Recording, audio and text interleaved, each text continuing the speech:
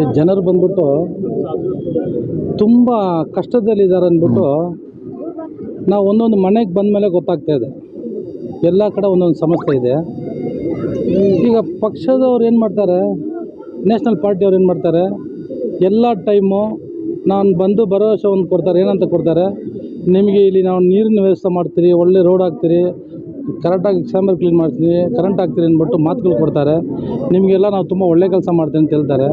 Correct ಟೈಮಿಗೆ ಪಾಪ ಅವ್ರು ಕುಡಿಯೋಕ್ಕೆ ನೀರು ಕಷ್ಟ ಆಗಿದೆ, ಮತ್ತು ಸ್ಯಾನಿಟರಿ ತುಂಬ ಪ್ರಾಬ್ಲಮ್ ಇದೆ ಅಂದ್ಬಿಟ್ಟು ಕೆಲವು ಹೇಳ್ತಾ ಇದ್ದಾರೆ. ಈ ಒಂದು ಜಾಗ ಮಾತ್ರ ಇಲ್ಲ. ಈಗ ನಾವು ಸುಮಾರು ಒಂದು 7 ಕ್ಷೇತ್ರಕ್ಕೆ ಕೆಲಸ ಮಾಡಿದ್ದೀರಿ. ಎಲ್ಲ ಕಡೆಯೂ ನಾವು ಹೋಗಿ ಮಾತಾಡುವಾಗ ಏನು ಬೇಡಿಕೆಗಳಿಟ್ಟಿದೆ? ಈಗ ಬೇಡಿಕೆ ಬಂದು ಫಸ್ಟ್ ಆಫ್ ಆಲ್ ನೀರ್ದು ಬೇಡಿಕೆ ಹೇಳ್ತಾರೆ. ಸುಮಾರು ಕಡೆ ನಮಗೆ ನೀರೇ ಪ್ರಾಬ್ಲಮ್ ಹೇಳ್ತಾ ಇದ್ದಾರೆ. ನೀರು ಮತ್ತು ಈ ಕರೆಂಟ್ದು ತುಂಬ ಪ್ರಾಬ್ಲಮ್ ಹೇಳ್ತಾ ಇದ್ದಾರೆ. ಜನರು ಇಷ್ಟೆಲ್ಲ ಹೇಳೋದು ನೋಡಿದ್ರೆ ನಮಗೂ ಕಷ್ಟ ಆಗ್ತಾಯಿದೆ. ಯಾಕಂದರೆ ಈಗ ಸಾಮಾನ್ಯವಾಗಿ ನಾವು ಒಂದು ಕಡೆ ಇರುವಾಗ ಏನಾಗುತ್ತೆ, ನಮಗೇನು ಗೊತ್ತಿರಲ್ಲ. ಇವಾಗ ನೂರಾರು ಜನರ ಪಬ್ಲಿಕ್ ವಾಸ ಮಾಡೋ ಜಾಗಕ್ಕೆ ಬಂದರೆ ನಮಗೆ ಅಲ್ಲಿ ಗೊತ್ತಾಗ್ತಾ ಇದೆ, ಅಲ್ಲಿ ಏನು ಸಮಸ್ಯೆ ಇದೆ, ಏನು ಮಾಡಬೇಕು ಅಂದ್ಬಿಟ್ಟು. ಆವಾಗ ಒಬ್ಬರು ಒಂದೊಂದು ಹೇಳ್ತಾ ಇದ್ದಾರೆ. ಇದೆಲ್ಲ ಕೇಳಿದ ಮೇಲೆ ನಮಗೆ ತುಂಬ ನೋವಾಗ್ತಾ ಇದೆ. ದಯವಿಟ್ಟು ನಾವು ಗೆದ್ದು ಬಂದ ದಿನಗಳಲ್ಲಿ ಮುಂಬರುವ ದಿನ ಯಾವುದಕ್ಕೆ ತಪ್ಪು ಕಡೆಯಿಂದ ಏನು ಸವಲತ್ತು ಕೊಡಿಸ್ತೀರಾ? ನೋಡಿ ಸರ್, ಈಗ ಒಂದೊಂದು ಮನುಷ್ಯನಿಗೂ ಈಗ ಒಂದು ಎಲೆಕ್ಷನಲ್ಲಿ ನಾವು ನಿಂತಿದ್ದೀರಿ, ಏನು ನಿಂತ್ಕೊಳ್ತೀರಿ, ನಾವು ಗೆಲ್ಲಬೇಕಂತ ನಿಂತ್ಕೊಳ್ತೀವಿ. ನಮ್ಮ ಆಸೆ ಅದೇ ಇರಬೇಕು. ನಾವು ಸೋಲ್ತೀನಿ ಅಂತ ಹೇಳೋಕ್ಕೆ ನಾವು ನಿಂತ್ಕೊಳ್ಳೋಕೆ ಅವಕಾಶ ಇದೂ ಇಲ್ಲ. ನಾವು ಗೆಲ್ತೀರಿ ಅಂತ ನಮಗೆ ಒಂದು ಫಸ್ಟು ನಮಗೆ ಇರಬೇಕು, ನಂಬಿಕೆ ನಾವು ಮಾಡ್ಕೋಬೇಕು ಅಲ್ವಾ. ಹಂಗಾವಾಗ ನಮ್ಮ ಹತ್ರ ದುಡ್ಡು ಕಾಸಿಲ್ಲ, ಒಬ್ಬರ ಹತ್ರ ದುಡ್ಡು ಕೊಟ್ಟಿನ ಓಟು ತೊಗೊಂಡು ನಾವು ಪರ್ಚೇಸ್ ಮಾಡೋ ಕೆಪಾಸಿಟಿ ನಮಗಿಲ್ಲ. ಇದ್ರೂ ನಾವು ಕಷ್ಟಪಟ್ಟು ಜನರ ಹತ್ರ ಹೋಗಿ ಡೈರೆಕ್ಟಾಗಿ ಮಾತಾಡಿ, ನೋಡಿ ನಮ್ಮ ಪರಿಸ್ಥಿತಿ ಹಿಂಗಿದೆ, ನಿಮ್ಮ ಪರಿಸ್ಥಿತಿ ಹಿಂಗಿದೆ, ನಿಮ್ಮ ಕಷ್ಟ ಸುಖ ನಮ್ಗೆ ಹೇಳಿ, ನಮ್ಮ ಕೈಯಲ್ಲಿ ಆದಷ್ಟು ಸಹಾಯವನ್ನು ನಾವು ಮಾಡ್ತೀರಿ ಅನ್ನೋದು ಮಾತು ನಾವು ಭರವಸೆ ಕೊಡ್ತೀರಿ ಅಂತೂ ನಾವು ನಿಮಗೆ ದುಡ್ಡು ಕೊಡ್ತೀನಿ, ಅದು ಕೊಡ್ತೀನಿ ನಿಮ್ಮ ಕೈಯಲ್ಲಿ ಹೇಳೋಕ್ಕಾಗಲ್ಲ.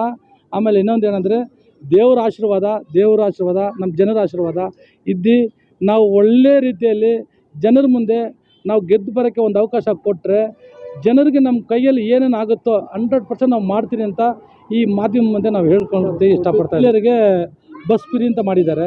ಆಮೇಲೆ 200 ಯೂನಿಟು ಕೆಳಗೆ ಇದ್ದರೆ ಫ್ರೀ ಅಂತಾರೆ.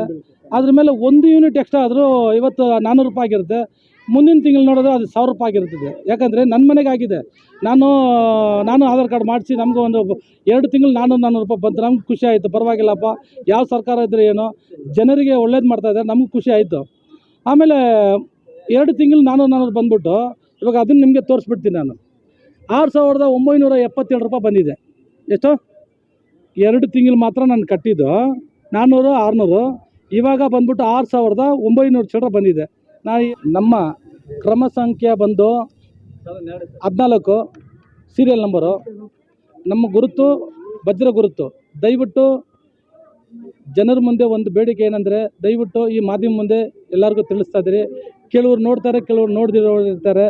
ನಿಮ್ಮನ್ನೆಲ್ಲ ನಿಮ್ಮ ಪಾದವನ್ನು ಒಣಗಿಸಿ ನಮಗೆ ಈ ವಜ್ರ ಗುರುತಿಗೆ ನಿಮ್ಮ ಕಡೆಯಿಂದ ಒಂದು ಸಹಕಾರ ಬೇಕು. ನಮ್ಮನ್ನ ಗೆಲ್ಸೋಕ್ಕೆ ನಮಗೊಂದು ಅವಕಾಶ ಕೊಡಿ. ನೋಡಿ, ಬಡವರೇ ಸಪೋರ್ಟ್ ಮಾಡ್ತಾರೆ. ಸಪೋರ್ಟ್ ಇರಬೇಕು. ಬಡವರು ಸಪೋರ್ಟ್ ಆಗಿದ್ರೇ ಇನ್ನು ಬಡವ್ರ ಕೆಲಸ ಏನಿದೆ ನಾವು ಮಾಡೋಕ್ಕೆ ನಮಗೊಂದು ಅವಕಾಶ ಸಿಗುತ್ತೆ. ದಯವಿಟ್ಟು ಎಲ್ಲರೂ ಈ ವಜ್ರ ಗುರುತಿಗೆ ಮತ ನೀಡಬೇಕಂತ ದಯವಿಟ್ಟು ಕೇಳ್ಕೊಳ್ತಾ ಇದ್ದೀವಿ. ನಮ್ಮ ಈಗ